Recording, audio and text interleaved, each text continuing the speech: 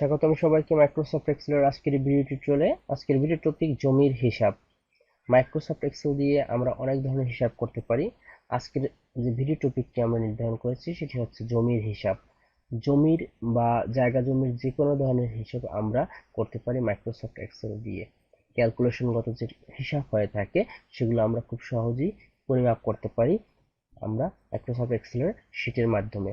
তো আজকে আমরা দেখব যদি জমির পূর্ব দিক, পশ্চিম দিক, উত্তর দিক এবং দক্ষিণ দিক এই চারটা দিকের আমরা যে দৈর্ঘ্য প্রস্থ এগুলোকে আমরা যদি নির্ণয় করতে পারি, এগুলো যদি ফিতা দিয়ে আমরা পরিমাপ করে আসতে পারি ফুট আকারে। যেমন ধরুন আপনার জমির পূর্ব দিকে 30 ফুট, পশ্চিম দিকে 30 ফুট, উত্তর দিকে 30 ফুট আর দক্ষিণ দিকে 30 ফুট, এভাবে যে কোনো হতে পারে পরিমাণটা।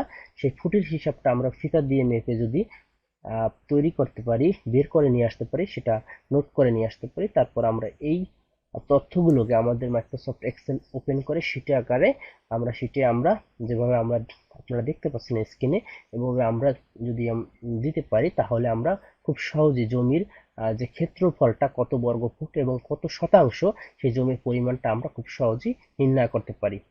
আপনারা মাইক্রোসফট এক্সেলের স্ক্রিনে, আমাদের আজকের স্ক্রিনে দেখতে পাচ্ছেন যে কিভাবে আমরা খুব সহজে এটি বের করতে পারি। জাস্ট আমরা এখানে ব্যবহার করেছি পূর্ব দিক, পশ্চিম দিক, উত্তর দিক এবং দক্ষিণ দিক। এগুলো যে পরিমাণটা আপনারা দেখতে পাচ্ছেন সেটি সবগুলোই ফুটের, এবং এই ফুটের পরিমাণটা আমরা নির্ণয় করে নিয়ে এসেছি আমাদের একটি জমির ফিতা দিয়ে। জমিকে ফিতা দিয়ে মেপে আমরা সেই তথ্যকে বা এটাকে আমরা মাইক্রোসফট এক্সেলে এনে ইনপুট দিয়েছি। এই অংশটা আমাদের ইনপুট অংশ এবং আউটপুটে আমরা এটি পাবো। তো আমরা এখানে যদি চেঞ্জ করে দিই, সাপোজ 60 পূর্ব দিকে 60 ফিট আছে এবং 55 ফিট আছে পশ্চিম দিকে, দেখুন তাহলে জমির পরিমাণ কিভাবে পরিবর্তন হয়ে আসছে। তো এভাবে আমরা খুব সহজেই এটা করতে পারি। কিভাবে এটা করেছি সেটা আমরা এখন দেখব। আমি সমস্ত ডাটাগুলোকে ডিলিট করে দিচ্ছি। তো ডিলিট করার পর আমি যে বিষয়টি করব সেটি হচ্ছে, প্রথমে আমরা এরকম একটি চার্ট তৈরি করে নেব। দেখুন, জমির দিক, পরিমাণ, দুটি কলাম এখানে আমরা লিখে নেব। এরপর আমরা পূর্ব দিক, পশ্চিম দিক, উত্তর দিক, দক্ষিণ দিক এগুলো আমরা লিখে নিলাম। এরপর এখান থেকে আপনারা চাইলে কালার পিকার থেকে কালারগুলো সিলেক্ট করে নিতে পারেন ফিল কালার দিয়ে। আপনাদের মতো করে ফন্টগুলোকে ছোট বা বড় করে নিতে পারেন সাইজ। সবচেয়ে যে বিষয়টি সেটি হচ্ছে এখানে বোঝার বিষয়। দেখুন, এখানে আমরা দেখতে পাচ্ছি ফার্স্ট ইকুয়াল টু দুটি ফার্স্ট ব্র্যাকেট দিয়েছি, তারপর E8 অর্থাৎ এই যে সেলটি, এই সেলটি পূর্ব দিক, E8 হচ্ছে পূর্ব দিকের ভ্যালুটা আমরা এখানে বসাবো, প্লাস E9, E9 হচ্ছে পশ্চিম দিক, অর্থাৎ E8 এবং E9 এই দুইটা ভ্যালুকে এই দুইটি জমির যে পরিমাণটা পাবো আমরা পূর্ব দিক এবং পশ্চিম দিকে ম্যাপে, সেই ফুট এই দুইটিকে আমরা যোগ করব এবং ভাগ দেবো 2 দিয়ে। তার মানে আমরা গড় দৈর্ঘ্য বা গড় প্রস্থ পাবো এবং গুণ করব আমরা এর সাথে আবার E10 প্লাস E11 অর্থাৎ এই দুটি সেল থেকে, ভাগ করব আমরা 2 দিয়ে। আমি পুরোটা কেটে আমি আবার আপনাদের বোঝার সুবিধার জন্য পুরো সূত্রটি লিখে নিচ্ছি। দেখুন, প্রথমে আমি ইকুয়াল টু দিচ্ছি, তারপর E8 প্লাস দিচ্ছি E9, ফার্স্ট ব্র্যাকেট ক্লোজ একটি এবং ভাগ দিচ্ছি 2 দিয়ে। আবার আমি ফার্স্ট ব্র্যাকেট ক্লোজ করে দিচ্ছি, এবার আমি গুণ দিব,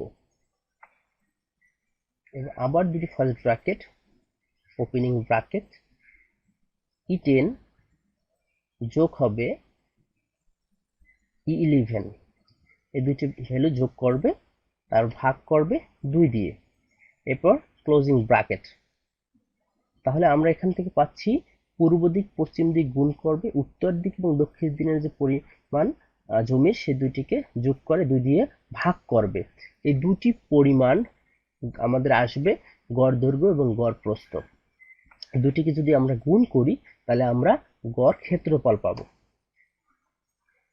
তো আমরা এখন যদি ভ্যালুগুলো দেই, দেখুন ধরুন 28 ফুট পূর্ব দিকে, পশ্চিম দিকে আছে সাপোজ 30 ফুট, দক্ষিণ দিকে ধরি 45 ফুট, এবং সরি উত্তর দিকে, এবং দক্ষিণ দিকে রয়েছে 47 ফুট। তো এটি করার পর জমির পরিমাণটা দেখুন কিভাবে বর্গফুট এসেছে। এবার আপনারা প্রশ্ন করতে পারেন শতাংশটা কিভাবে হয়েছে।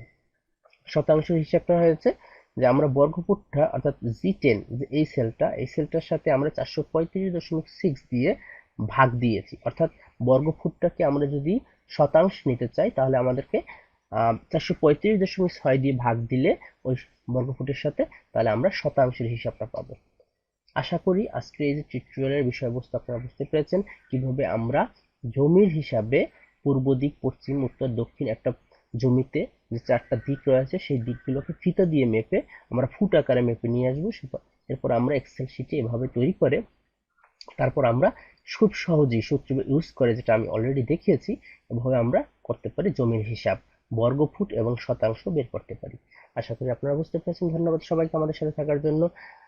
অবশ্যই আমাদের চ্যানেলকে সাবস্ক্রাইব করুন, কমেন্ট করে আমাদের সাথে থাকবেন। ধন্যবাদ।